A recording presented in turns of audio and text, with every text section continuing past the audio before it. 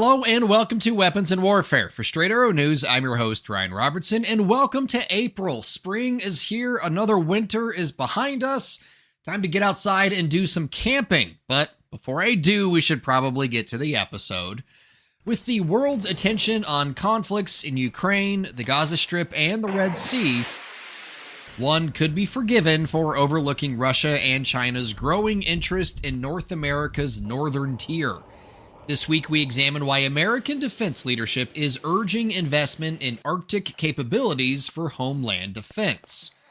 Don't eject just yet. In our weapon of the week, we take a look at the Martin Baker ejection seat, an aviation breakthrough that saved thousands of lives and just got better. But first, some headlines you may have missed. The wait is over. President Donald Trump tabbed Boeing to build the U.S. Air Force's most sophisticated fighter jet yet, dubbed the F-47. The Next Generation Air Dominance Program, also known as NGAD, will replace Lockheed Martin's F-22 Raptor with a crewed aircraft built to enter combat alongside drones, something the Air Force's Director of Force Design, Integration, and Wargaming advocated for at this year's Warfare Symposium. We asked ourselves some hard questions. We said, hey, is air superiority dead? What does air superiority look like in the future? Does the joint force need air superiority? And what we found is, not only in the past, not only in the present, but in the future, air superiority matters. You know, the results of the study, well, bluntly, what the study told us is, we tried a whole bunch of different options, and there is no more viable option than NGAD to achieve air superiority in this highly contested environment. But we also found that if we want to be with our joint partners, which we do, we've got to achieve air superiority. So past, present, future, it changes the character of the fight. Despite some artist renderings that are commonly available, the plane's design remains a closely held secret. The visuals you see now puts our own weapons and warfare spin on those possible designs, but we know the new fighter will include stealth, advanced sensors, and cutting-edge engines. NGAD was conceived as a family of systems centered around a sixth-generation fighter to counter adversaries like China and Russia. The Carl Vinson Carrier Strike Group is on its way to U.S. Central Command, where it'll team up with the Harry S. Truman Carrier Strike Group in the area. The Carl Vinson is the third carrier from the West Coast to head to Central Command since the Houthis started their attacks on commercial shipping back in November of 2023. It's the latest development in the new administration's efforts in the Red Sea. You might remember back in mid-March, the U.S. launched strikes in Houthi territory in Yemen. Following that, the Houthis announced they would start targeting American warships in the Red Sea. They even attempted some attacks on the Harry S. Truman Carrier Strike Group, but those efforts did not pan out. All right, all tanks, move forward. And finally, as the Army gets ready to celebrate its 250th birthday, an Army historian named Fury, the 2014 World War II drama starring Brad Pitt, as one of 5 movies that most accurately portray U.S. soldiers and combat operations. Dave Hogan, who recently retired after 37 years at the U.S. Army Center for Military History in Washington, D.C., also named Black Hawk Down, From Here to Eternity, Cold Mountain, and The Thin Red Line to his list. In a bit of a stunner, the Steven Spielberg epic Saving Private Ryan was not included. Hogan argued that while the Omaha Beach scenes are realistic, the film felt like, quote, a typical World War II movie. You came all the way out here to tell me that? Looks like old Matt Damon could not earn this after all.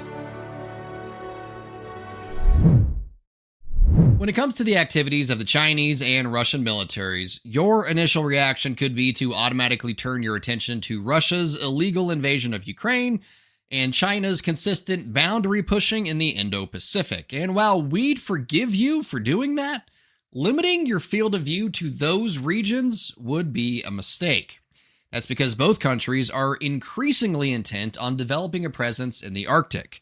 So much so, this deepening collaboration between the world's second and third largest militaries has the full attention of those charged with defending North America's northern tier. And that's the subject of this week's debrief. In mid-September of last year, Russia and China launched Ocean 24, a large-scale naval and air exercise that spanned the Pacific and Arctic Oceans. It involved over 400 warships, submarines, and support vessels with more than 120 aircraft and 90,000 troops. And oh yeah, around the same time, NORAD tracked 4 Russian military aircraft entering Alaska's air defense identification zone.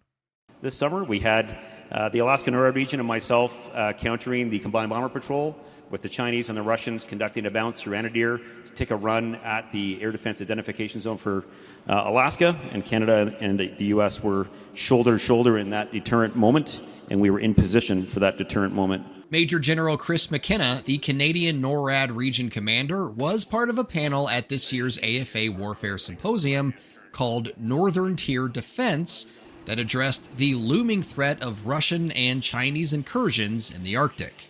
Arctic security, in my view, is economic security, not just for Canada and the U.S., but for our Euro-Atlantic partners, fundamentally economic security. So these are the threats, and this is the context that I sort of live and fight in. In 2018, China declared itself a near-Arctic state as part of its strategy to gain influence. We should note that this title is self-proclaimed and not officially recognized by Arctic nations or international bodies. Nonetheless, China's northward push appears to be part of a broader strategy to assert dominance at the top of the world.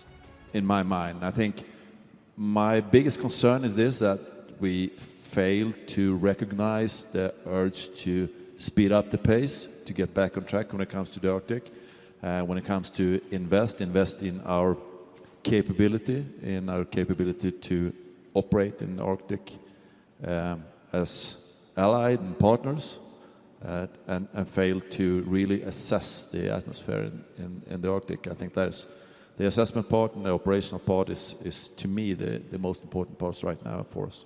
For Major General Jonas Wickman, Chief of Staff of the Swedish Air Force, whose country is one of the newest members of NATO, the timing of their inclusion is a critical factor in defending the northern tier from Russian and Chinese incursions. We also add geography when it comes to early warning capabilities. I mean, we cover from, I think, 55 to 69 degrees north. That's kind of a wide area for early warning. We bring in place geography when it comes to bases. We have air bases and we have spaceport north of the polar circle, and we know how to operate that. And it's that diversity of defenses, from the northern Pacific to the northern Atlantic, that potentially gives the United States and its allies an edge in the Arctic. Where Russia and China generally operate from a single system, they, in turn, will have to deal with far more than that. Now imagine an adversary having to approach it from, hey, what does Saab's system do? What is it that this system is going to look like to my screen, to the sensing apparatus? They have to approach it from all of us. And I think that's very, very powerful, not only in terms of kind of the way we generate information or process information, but also the way that we can then attack the problem. Because you can't just get to one of us without bypassing the others. Right? And so I think that, again, that to me seems like a great way to collaborate, and just something that, again, being the retired guy, I love to see kind of that expansion of NATO, bringing Sweden and Finland to the mix. If all of this sounds new to you, there's a reason for it. The Arctic hasn't been a major focus for U.S. defense spending in the past. This is probably because, except for Russia, most countries with claims in the region were U.S. allies. Beyond that, China only started developing its Arctic strategy in the last 6 years or so. While there's no denying the global politics in the Arctic are shifting, especially as climate change is making the waters easier to navigate, it might feel like the U.S. is falling behind in Arctic policy. But that's a perception that could soon be changing, especially as, at least for now, NATO continues strengthening its defensive plans in the region. Serving you clarity through context, our mission at SAN is to deliver the news straight down the middle. We're different from mainstream media because we spotlight distorted headlines and show you how to do it too. Discover stories that right and left-leaning outlets are choosing not to cover by using our Media Mist tool. Download the SAN app and turn on notifications to have straight facts delivered right to your phone or tablet, and get straight facts anytime at SAN.com. Eject, eject, eject. It's the last thing anyone strapped into a fast mover wants to hear. But if the moment comes and the decision is made, there's one manufacturer, pilot, and passenger will likely hope they're strapped into: Martin Baker. And that's why they're the subject of our Weapon of the Week.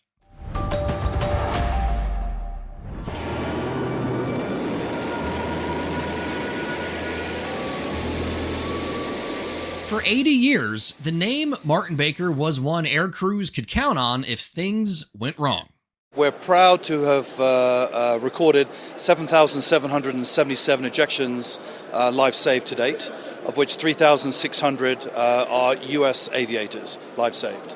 The U.S. government, Air Force, Navy, Marines is our biggest customer numerically. We have about 3,000 seats in the U.S. Navy and 2,300 seats with the U.S. Air Force. In the 8 decades since the English-based company got into the ejection seat business, the expectation of what an ejection seat can deliver changed right along with the aircraft it flies in. In its earliest iterations, it was all about surviving the ejection. Now, Steve Roberts, head of business development for Martin Baker, says that's not enough. It's about getting the pilot back in the fight, so escape and evasion, and they've now assigned a degree of risk. They're trying to make sure that there's a 5% risk of injury. Legacy seats in the past would have had a much higher risk of injury. Like any other engineering and manufacturing firm, Martin Baker continues to push for the kind of innovation that will continue to shrink that risk. This is the US 16E ejection seat developed specifically for the F-35. It pioneered new technology with electronics, with a new parachute, with airbags we call neck protection device. And again, it allowed a wider range of aircrew to be accommodated, and also allowed safe ejection at high speed, and also for a much smaller and much larger range of aircrew. I want to kind of double tap on that a little bit, because for the longest time, you know, the ejection seats, the planes themselves were made for a certain model of a person. Obviously, things have changed, and so the ejection seat needs to be able to accommodate different body types. How does it do that? So we do that by the seated chair. So we have whole seat tilt, so the seat can tilt from 22 degrees to 16.5 degrees, and the seat bucket moves up by about 7.5 inches. So it's a combination of, for the very large male, the seat will tilt fully back with the bucket fully down. For the very small female, the seat is tilted fully forward with the seat bucket in top position. Add that all up, and it comes out to the same piece of equipment being able to handle a 6'5" airman geared out to 300 pounds and a 4'11" airman weighing as little as 103 pounds. And one quick update to a number you heard earlier in the story. Since our visit with Steve, the number of lives saved by a Martin Baker ejection seat grew by 4 to 7,781. The last 3 happened during a practice demonstration when 2 Patrol de France Alpha Jet aircraft collided about 130 miles east of Paris. Both pilots and a passenger successfully ejected using Martin Baker's F-10LN seat. Last summer, we told you about a deal the U.S. Navy inked with Japan, South Korea, and India to take on some long-needed maintenance, repair, and overhaul projects for Navy vessels. Well, now we're starting to see some of the results, and that's the subject of this week's Comms Check. USNS Wally Schirra, a Lewis and Clark class dry cargo ship from the Military Sealift Command, completed a 7-month overhaul at Hanwha Ocean in South Korea last month. The overhaul addressed hull corrosion and included a full rudder replacement. The Shara is part of the U.S. Navy's Combat Logistics Force, providing essential supplies to the Navy ships at sea. This marks the first large-scale maintenance effort of a U.S. naval vessel in a South Korean shipyard, aligning with the U.S. Navy's strategy of conducting ship repairs within the Indo-Pacific region to minimize downtime and operational costs. All opinions expressed in this segment are solely the opinions of the contributors. Okay, we've done it again. We've come to the end of another episode. If you like what you saw and or heard, please do us a favor and like and subscribe to our social media feeds. We are on most of them. So for my wrap this week, I want to talk about the importance of following the rules. Before I get going, though, I want to preface my comments by saying I have not always been known to follow the rules. I was raised on Star Wars, and Raphael was my favorite Ninja Turtle, so I learned to foster my inner rebel at a very young age. But with time came experience, and I learned some rules are there for a good reason, and it's best for all of us if I just follow them. And while I've never been in the military, I know that same mantra holds true when it comes to rules that deal with things like, operational security. The individual may not know all the reasons why a rule is the way it is, and they don't need to. They just need to follow it. But that was not the case when a group of individuals discussed U.S. combat operations on the Signal messaging app a few weeks ago. And by now, I'm sure you've all heard the details. The Vice President, Secretary of Defense, Director of National Intelligence, and others in the U.S. government with top secret clearances who should know better were talking about the U.S. strikes against Houthi militants in Yemen through an encrypted messaging app. And a journalist was on the chat as well, although no one with a security clearance seemed to notice. The White House confirmed the text exchange was real, and according to the DoD's own guidelines, apps like Signal are not to be used when discussing sensitive and classified intel. So I'm not going to play the blame game here because personally I think they are all to blame. What struck me afterwards, though, was several GOP lawmakers saying the incident will lead to new protocols to make sure this never happens again. And to that, my question is, what more new protocols do we need? Every enlisted service member, officer, and DoD employee knows not to discuss any sensitive or classified information on anything other than government-approved devices and software. If they don't follow the rules, they face serious penalty, up to and including incarceration. So again, the rules are already there, and the people in charge need to follow them. I can make a similar argument about gun control in this country. We have plenty of laws on the books regulating firearms. Imagine how many shootings we could stop if we just followed the rules we already have. As of recording time, I don't know what sort of punishment or fallout any of those high-level officials will face or are facing as a result of what I'm calling the Signal snafu. But I do know if the rules were followed, I'd be rapping about something else this week. For senior producer Brett Baker, video editor Brian Spencer, and graphics artist Dakota Patillo, I'm Ryan Robertson with Straight Arrow News, signing off.